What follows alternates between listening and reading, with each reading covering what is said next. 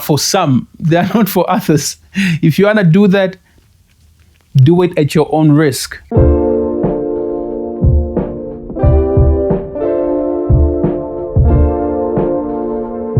What's up, guys? Welcome back to another one. My name is Luke, and guys, thank you so much for joining me today. So today's topic, man, it's going to be quite interesting. And yes, so we're going to be doing a reaction, and today's reaction comes from a very interesting clip I came across from the breakfast show. Yes, and on this particular day or session on the breakfast show, they had Nick Cannon on, and he said a couple of controversial stuff on marriage, on race, on just a whole lot of things that I personally felt, well, I needed to react to this. Let me give my 2 cents to it, and let's see how it goes. So let's get into it. Do it, man. It's not the number of kids, though. I guess people question the different baby mothers. That's what But it why is. do people question that?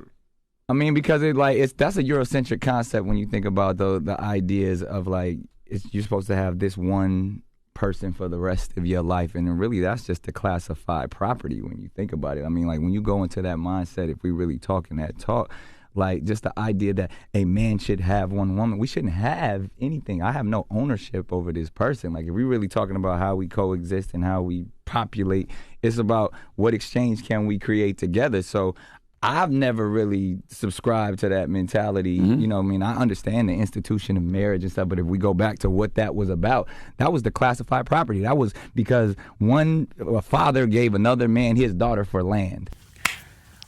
So that's it. Where do I tackle this from? Okay, let's start from the first point. Okay, so they asked them a question with regards to what people are saying about his relationship or his, children and stuff like that.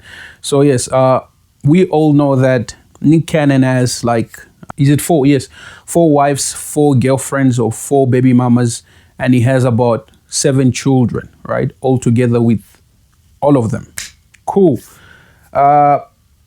Yeah, that's his moral philosophy. I mean, I have no right to judge a man on how the person lives his life. No, I have no grounding on that, because by what basis am I judging this person on? According to my own moral grounding? Of course not. It's not valid. So yes, we'll leave him on that. The only problem I had, an issue with this statement was when it came to the part where he implicitly suggested or said that monogamy, right, was a Eurocentric practice or belief. No, it's not. Which then again he implicitly suggested, in other words, he was saying, okay, monogamy is for white people, and anything else that is not monogamy is for black people, right? That's what I heard. Personally, that's what I heard. So, yeah, that's wrong. And here's the reason why it's wrong. And I feel like a lot of African diasporas tend to have the same, the same excuses, the same excuse when it comes to marriage and all this. Majority of them I've heard will be like, nah, man, married to one woman? Come on, man, that's for the white people. In their ideology, they entertain that idea a lot, to say, no, monogamy is for the white man. It's not for the black man. But that's not right, even culturally. And I'm giving my opinion as a black person in Africa with the knowledge of his root or cultural root. Monogamy is not for the white people only. No, it's also for the black people. And a lot of African diasporas tend to interpret, or majority of them just speak out of ignorance without really knowing what their roots are. And I guess that's where Nick Cannon is coming from. Because, I mean, you can't make such a statement without really giving clear proof or backing it up with, with valid points. No, you can't. But let's give a bit of background with regards to our African practices. It's simple. A lot of times, right, within our African practices or within our African tribes, a lot of factors contributed to polygamous practices. A lot of factors.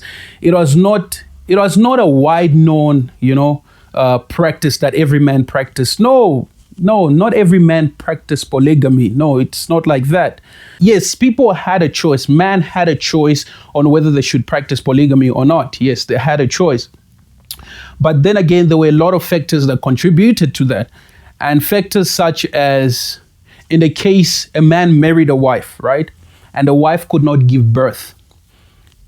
A man would call his family members, his community, they would talk, then they would decide whether he should get married to another wife so that he can have a male child. Yes.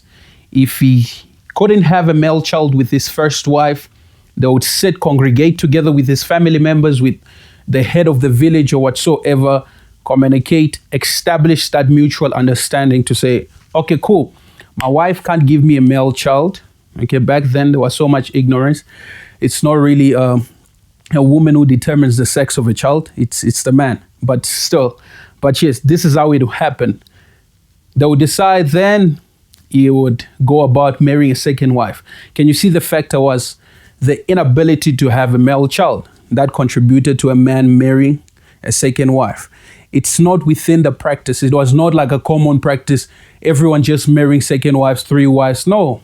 And also it was also dependent on your status, whether you were a chief or some type of authority figure in the community. Yes, you were permitted to do that because you had the resources and you could take care of your family. That was the second factor. And the third factor could have been the fact that there's this practice some African cultures have, that if, in the case of siblings, right? Let's say there's a older brother and a younger brother. And it happens that the older brother dies and leaves the wife and the kids. It was the younger brother's responsibility to marry and make the older brother's wife his wife, just so that he can continue the family's lineage and take care of the family. That was a must in some African cultures and in some practices. So these are just different factors that contributed to polygamous practices in Africa. Yes. So it's not like it was a well-known fact that Africans practiced polygamous relationships. No, it's not. And I feel like a lot of African diasporas tend to cling to that in order to justify their behavior. But come on, man, you could have just made a beautiful, just make a logical explanation as to why you are doing what you're doing and not run into logical fallacies, and they see it as truth, but that's not the truth. It's not within our African practices. It's not even a must. It was not even a thing. It's not a thing. It was just factors that contributed to polygamous practices. It's not a thing of African people. And I hate the fact that African diasporas once more again tend to paint the black picture on African culture, the whole culture, painting Africans as if they're degenerates. No, we did it with regards to in respect of our cultures and our community. African men never just went out and married whoever they wanted to. Not really. They consulted with their families, some even consulted with their wives. Wives agreed, then he would take upon another wife because of certain factors, so and so factors that contributed to that. We would sit down in a community. It's a lie. The person is lying, and I hate the fact that they have to bring race into this, because what did race have to do with this? Everything. Do we have to cling to race and the color of people just so that we can justify what we are doing? No, man. It's a whole lot of confusions. And yes, my advice is, hey, come on, guys. Don't make claims and assumptions about African cultures and about your African roots without really consulting with the Africans themselves.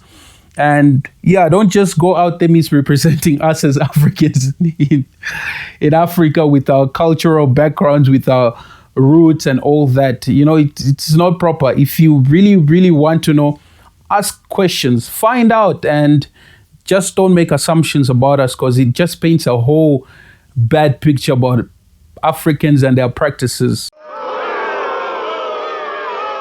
Well, if it's your personal choice, then again, if it's your personal choice, you feel like, hey man, I need to do what I gotta do. Hey, bruh, be ready to carry the cross, because the cost of living is high, and these practices are for some, they are not for others. If you wanna do that, do it at your own risk. I won't even go into the dysfunctionalities or dysfunctions polygamy causes within families. It's terrible. You should see. A lot of people just talk from afar, and a lot of people just say statements that they don't mean and they don't process.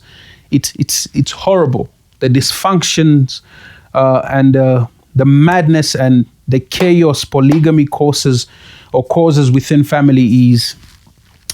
It's bad. It's bad. And personally, yeah. But anyways, it's everyone's personal choice. So those were my 2 cents, and I hope you guys got something from it. And yeah, I feel like if you want to defend your personal way of living, don't bring race into it. So, Mr. Nick Cannon, if you want to justify your ways of living and how you live your life, you really don't need anyone's consent. I mean, you're old enough to make your own personal decision. And in doing so, if you want to justify the reason why you live your life the way in which you live, do not bring race into it, because that starts a whole different war. And yeah, it's just crazy. I mean, I've heard others go to the point of saying, oh no, white weddings are for white people. Really? So if white weddings are for white people, then cars and this mode of transportations are also for white people. So if that's the case, then we as Africans should stop using transportations and our mode of transport. So that logic doesn't make sense. So that's also ridiculous. White weddings are for white people. No, it's not. It's not. It's a practice. It's a good practice. I mean, who would not want a white wedding? Come on, guys. So it's just ridiculous. And that's just one of those examples a lot of Black African people like to use, you know, in order to draw that line of us and them mentality. Or yeah. So anyways, guys, that was my take. And thank you so much for joining me today. I hope you guys got something. And I just wanted to do this quick reaction because I found it quite ridiculous. And yeah, he could have just avoided going into race by just stating the fact as facts, as this is my ways of living and I don't care what anyone thinks. So yeah, guys, please don't forget to like and subscribe. I really appreciate it, and I guess I will be seeing you on the next one. Ciao.